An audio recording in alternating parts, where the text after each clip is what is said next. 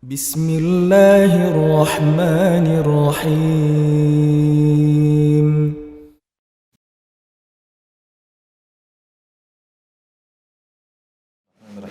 Assalamualaikum warahmatullahi wabarakatuh. Waalaikumsalam warahmatullahi wabarakatuh. Alhamdulillah wassalatu wassalamu ala rasulullah wa ba'du. Kembali lagi berjumpa di kajian yang membahas perkara-perkara yang dianggap tabu oleh sebagian besar masyarakat, terutama kaum muslimin. Padahal itu adalah satu di antara perkara yang dibedah secara tuntas oleh para ulama dahulu dan hari ini. Dan kita sampai kepada kegagalan pada malam pertama, begitu ya Mi ya. Nah, ini yang akan kita bahas adalah terkait dengan apa-apa sih yang menjadi kegagalan pada atau faktor yang menyebabkan kegagalan pada malam pertama, begitu ya. Kira-kira apa nih Mi yang mau kita sajikan secara poin demi poin, begitu? Bismillahirrahmanirrahim. Jadi ini melanjutkan pembahasan sebelumnya kan, sentuhan malam pertama part 1, part 2, terus yang ketiga kemarin tentang apa yang dilarang dalam malam pertama. Lalu sekarang jika kemarin sudah diberikan diulas tuntunan di malam pertama, maka ini kan kemarin sudah ini kita kalau mau mulai begini pada saat ini begini, terus paskanya mengucapkan terima kasih dan seterusnya.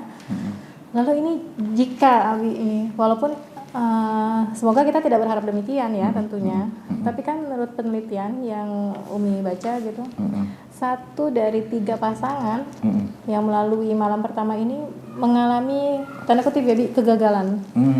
Kegagalan, lalu sekitar setelah ditanyakan di antara para pasangan itu, jadi 60% yang berhasil, berarti 40%-nya, berarti sekitar, kalau ini malah jadi seperlima ya Mas, jadi 40 orangnya 40% jadi 40 merasa gagal gitu? Iya, merasa gagal di malam pertama mereka, maksudnya melakukan ritual, tanda kutip ya. Cukup banyak loh itu ya, 40. Banyak. Oleh karena itu sekarang kita berbagi ilmu gitu dari sisi Islam. Kira-kira kenapa ya malam pertama itu kok bisa dilalui dengan kegagalan padahal persiapannya sudah matang gitu.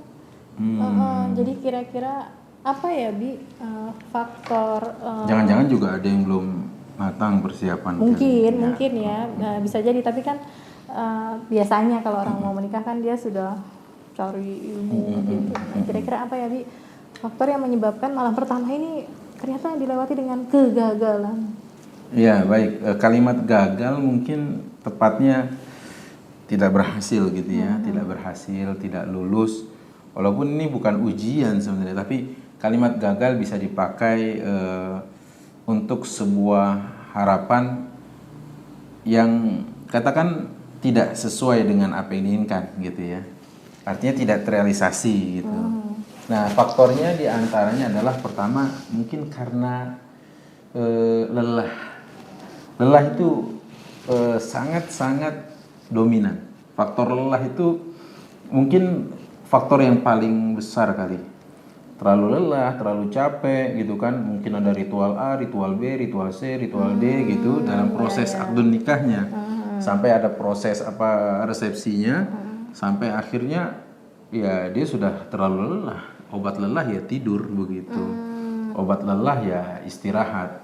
Jadi dia bisa jadi karena terlalu capek itu tadi, akhirnya ya dia butuh istirahat. Jadi akhirnya ya tidak melalui malam pertama itu sebagaimana yang dibayangkan oleh pasangan-pasangan yang lain ya. Ya dia tidur. Dia melalui malam pertama tidur. Dia istirahat gitu ya. Karena dia tadi seharian capek ya, walaupun apakah mereka tidak melalui malam pertama? Melalui, ya, tapi dengan tidur gitu. Jadi malam pertamanya kapan? Kalau diasumsikannya adalah malam pertama itu harus hubungan, berarti ya malam berikutnya. Gitu. Tapi malam itu karena terlalu capek, terlalu lelah, tidur akhirnya. Atau bisa jadi malam itu dia tidak terlampau bergairah, gairah menurun, ya karena itu lagi tadi faktornya bisa jadi karena capek atau karena memang telat makan kalinya. Maksudnya telat makan tuh gini, lapar, terlalu lapar, akhirnya dia teralihkan untuk tidak berhasrat gitu ya, tidak berhasrat kepada pasangannya karena terlalu lapar. Akhirnya dia makan dulu, udah makan kekenyangan tidur gitu. Ini kadang-kadang banyak yang menganggap sepele padahal itu adalah salah satu faktor yang bisa menyebabkan dalam tanda kutip kegagalan gitu. Berarti karena tadi kurang istirahat atau lelah itu. Betul. Juga kedua karena kurang makan. Iya, artinya kurang makan itu ini maksudnya. Gairah dia menurun karena seharian tadi mungkin banyak tamu apa dia lelah, bukan lelah, dia sibuk untuk tidak makan gitu ya. Begitu jamnya sudah telat makan, gairahnya juga menurun, akhirnya dia mau makan sekarang dan selera makannya juga mungkin bermasalah, atau kalau dia makan kekenyangan dia tidur malah kayak gitu. Itu jadi salah satu faktor sih. Jadi gairah menurun tuh karena bisa jadi terlalu capek, ya terlalu lapar juga mungkin seperti itu. Berarti faktor makanan itu menunjang ya, Bi? Ya menunjang dong. Jangan terlalu kenyang, jangan terlalu lapar juga. Makanya ya mungkin sebelum itu ya kira-kira berapa jam itu tanya deh yang fokus kepada bagaimana pembahasan tentang makan tentunya. Iya, iya. Lalu yang kedua, setelah faktor tadi, Bi, kira-kira bagi baik laki-laki maupun perempuan, kan dia biasanya sudah mencari ilmu terlebih dahulu ya. Kan sekarang banyak seminar-seminar ya, pranikah gitu, menuju pernikahan gitu. Kira-kira kalau dalam Islam kapan diperbolehkannya kita mulai menimba ilmu tentang bukan pernikahannya lagi, bukan pengantar pernikahan lagi, tapi masuk ke dalam dunia pernikahan itu. Loh, ada batasan apa gitu? Sebenarnya sudah akil balik sudah boleh dong belajar ya kan gitu. Terutama apalagi kalau mau menikah. Jadi kalau di kantor urusan agama biasanya ada semacam pembinaan begitu sebelum menikah, dikasih tahu pembekalan seperti itu. Tapi kita nggak ikut ya? Waktu itu sudah sempat belajar sih ya di pesantren gitu ya. Nah jadi nggak apa-apa, kan bisa dari mana saja, dari pesantren, dari guru-guru, sekarang ada seminar, ada apa. Cuma memang sebagai sebuah tanggung jawab Kementerian Agama, dalam hal ini kantor urusan agama, ya memberikan tetap penyuluhan, pembinaan begitu ya. Nah kemudian apa sih faktornya lagi? Kalau ditanya tadi misalkan boleh kapan? Ya boleh kapan, setelah dia akil balik boleh gitu kan? Nah, karena ini ilmu yang berkaitan dengan usia dewasa begitu. Nah tetapi ada bentuk kegagalan yang terjadi adalah karena terlalu banyak teori, ya. Terlalu banyak teori. Oh ini begini, ini begini, ini begini. Textbook sekali istilahnya gitu ya. Textbook sekali. Jadi oh sebentar kemarin tuh kebetannya apa ya? Oh ini maksudnya ini begini. Jangan gitu juga. Ini bisa menjadi kegagalan Anda pada malam itu. Dalam tanda kutip. Orang udah terlalu ilfil juga. Ya. Bawa buku. Kayak gini kok bawa buku gitu kan. Ya. Anda kan bukan lagi mau ngadepin ujian gitu kan. Enggak. Pelajari, makanya jangan seperti tahu bulat. Kalau tahu bulat digoreng dadakan, Anda belajarnya dadakan. Enggak, ayo belajar, pelajari. Pelajari hal-hal yang seperti ini silakan diakses. Yang penting dalam koridor yang Islami yang syar'i gitu. Kita kan nggak tahu jodoh kan misteri ya, Bi ya. Nah, jadi kan kita nggak tahu kapan datangnya. Jadi kalau belajar aja nggak apa-apa. Ya pelajari aja, karena ilmu itu kan apa namanya, sesuatu yang pantas Anda berbekal dengannya, ilmu gitu loh.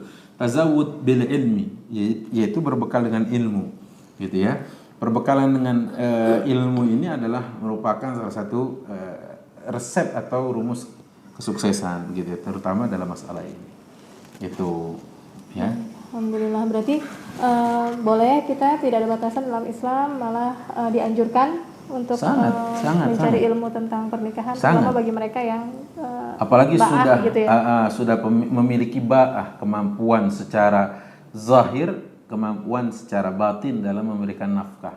Nafkah lahir, nafkah batin, baca ya gitu. Tapi kalau sudah masuk dewasa ya sudah sangat pantas dia membahas ilmu tentang yang satu ini gitu. Iya. Balik lagi tadi setelah yang kedua terlalu banyak teori ya. Terlalu banyak teori. Ngomong aja, omdo ya, ngomong doang. Bukan cuma ngomong doang, dia baca buku bentar buka. Oh ya udah, kata istrinya, udah kamu baca dulu, saya tidur. Bisa jadi kayak gitu kan. Ya terlalu banyak teori gitu. Oh iya, menurut ini gitu ya. Nah ini dia, karena sakit. Sejadi, iya, bukan cuma lelah seharian. Ya begitu dia resepsi, tamu undangannya 10.000, ya, tangannya kram begini aja ya kan, gitu. Tangannya gini aja, bukan cuma kesemutan, ya, kaki udah kebangetan 4L, letih, lesu, lemah, letoy gitu ya. Jadi dia udah akhirnya sakit gitu kan. Nah ini juga harus diperhitungkan. Kadang-kadang ada kekeliruan dari pengantinnya juga, ada dari orang tua, karena pengennya ngundang sebanyak mungkin. Nggak salah. Tapi kalau Anda kemudian akhirnya lelah, itu yang menjadi petaka gitu loh. Sampai sakit gitu kan. Atau juga karena faktor stres ada. Stresnya itu gimana?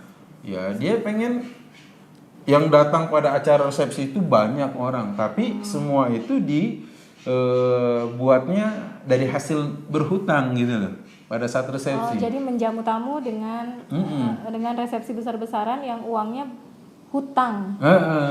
Jadi si pihak catering kah, si pihak gedung kah, langsung ya kalau gedung langsung minta bayar gitu ya. Tapi kalau di rumah mungkin catering, ya mungkin pelampang, atau pelampang nggak, tenda.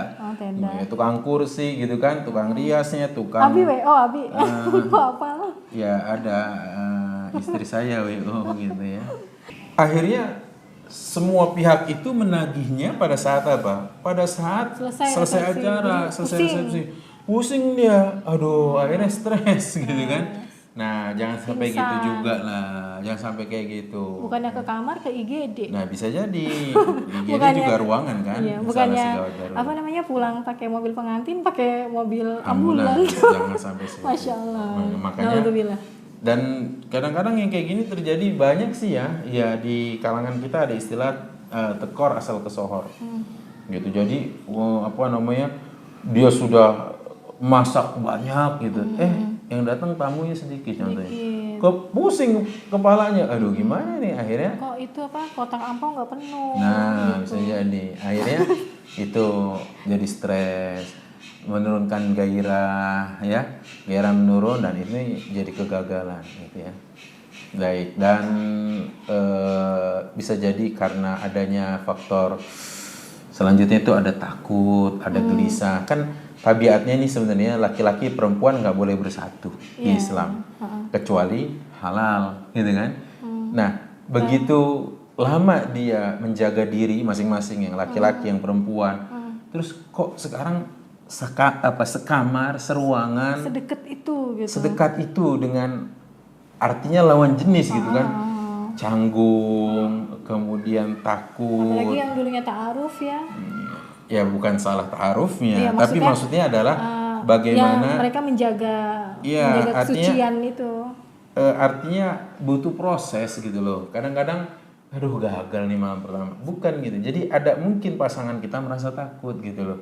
Grogi, nervous, gelisah. Duh, mau mulai dari mana ya, padahal ya kita bisa katakan boleh jadi karena memang ada sifat pemalunya tadi, dia malu gitu ya, ataupun memang karena lama istilahnya dia menjaga masing-masing, maka butuh waktu lah gitu untuk beradaptasi dan berani untuk berdua dengan laki-laki yang sekarang sudah halal, tapi kan dia lawan jenis gitu kan.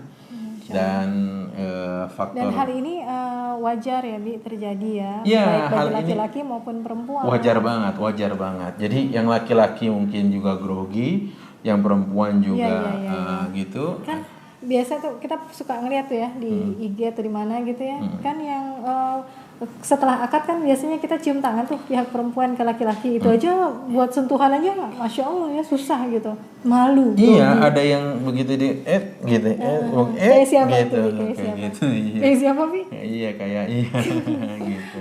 Iya baik. Apalagi ini yang hanya berdua di dalam kamar. Betul. Ya faktor dari semua faktor itu kurang persiapan sebenarnya. Kurang persiapan itu adalah kurangnya, minimnya ilmu, ya kemudian tidak mau mengakses sumber ilmu atau hal-hal yang terkait dengan pembekalan gitu kan. Malu bertanya, akhirnya sesat di ranjang, kayak gitu. Nah, maka kurang persiapan ini adalah faktor di antara faktor yang paling dominan. Padahal menikah itu adalah Ibadah. Sama kita mau sholat harus ada persiapan ilmu, kita mau puasa ada persiapan ilmu, zakat persiapan ilmunya, haji. Juga menikah ya Bi. Dan nikah ini kan ibadah terlama kan? Artinya ibadah terlama 24 jam loh sama pasangan Anda ya. Itu kan bernilai ibadah gitu. Dan dimulai pada saat akad itu ijab kabul itu terucap. Betul, dan makanya segala macam bentuk persiapan harus sudah matang, termasuk dalam masalah ini. Bukankah saat kita berhubungan itu berarti kita bersedekah begitu kan? Dalam sebuah riwayat dari Abu Dzar Al-Ghifari, Rasul mengatakan, kata Rasul sallallahu alaihi wasallam, "Wa fi bud'i ahadikum shadaqah."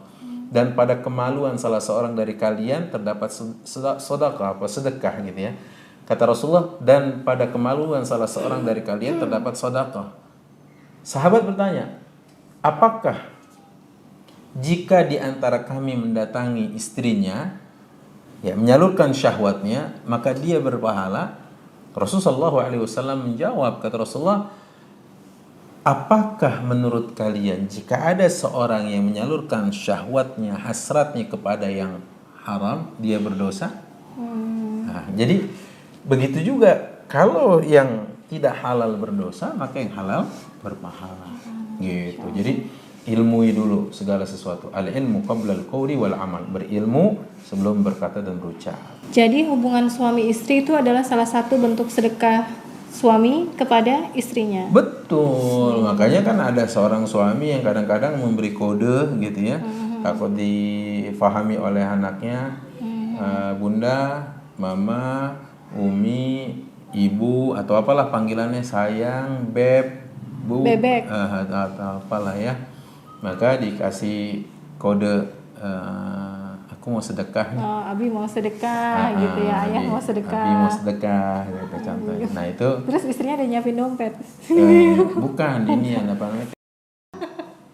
Tromol masjid. Gitu. Istrinya uang. Bukan itu. Intinya adalah jima itu adalah sedekah laki-laki kepada istri, maka itu termasuk dalam ibadah. Karena sedekah itu termasuk dalam ibadah, persiapannya juga harus ya pokoknya disiapkan gitu ya. Karena penting sekali ternyata hubungan suami istri itu. Ya, dari ranjang kita bisa menciptakan peradaban, betul ya. Jadi dari ranjang pengantin kita menghadirkan peradaban. Jadi bukan urusan main-main ini. Sampai ada doanya, ya, sampai kata Rasulullah, jika ditakdirkan Allah seorang itu punya anak, lam yadurruhu syaitan. Dia tidak diganggu oleh syaitan. Kan begitu. Jadi panjang sekali ini, dan ini adalah begitu mulia sebenarnya. Ya. Yang kita anggap remeh, ternyata Masya Allah ya, kedudukannya tuh. Masya Allah, tabarakallah. Makanya jangan salahkan, jangan sepelekan, jangan juga dianggap sebelah mata dalam urusan ranjang ini. Ingat sekali lagi, malu bertanya, sesat di ranjang. Ya, sampai sini dulu kali ya. Insya Allah kita ketemu lagi pada episode berikutnya pada channel Ahmad Ridwan Official. Sekali lagi dalam tema-tema yang berkaitan dengan urusan seksualitas dalam Islam. Bila ada yang salah, datang dari kami. Jika yang benar datang dari Allah dan Allah terbebas dari segala kesalahan. Al-haqqu min rabbik fala takunanna minal mumtarin. Sampai jumpa lagi insyaallah, kita tutup. Subhanakallahumma bihamdika asyhadu an la ilaha illa anta astaghfiruka wa atubu ilaik. Assalamualaikum warahmatullahi wabarakatuh. Assalamualaikum warahmatullahi wabarakatuh, sahabat Syamam. Setiap pertanyaan-pertanyaan yang masuk dalam kajian-kajian Gurunda Ustadz Ahmad Ridwan, insya Allah akan kita bahas dalam sesi Q&A Sapa Ustadz AR. Jazakumullah khairan katsiran kepada seluruh jamaah dan teruslah menebar dakwah meraih jannah. Anta Rabbi dzul jalali wal ikram.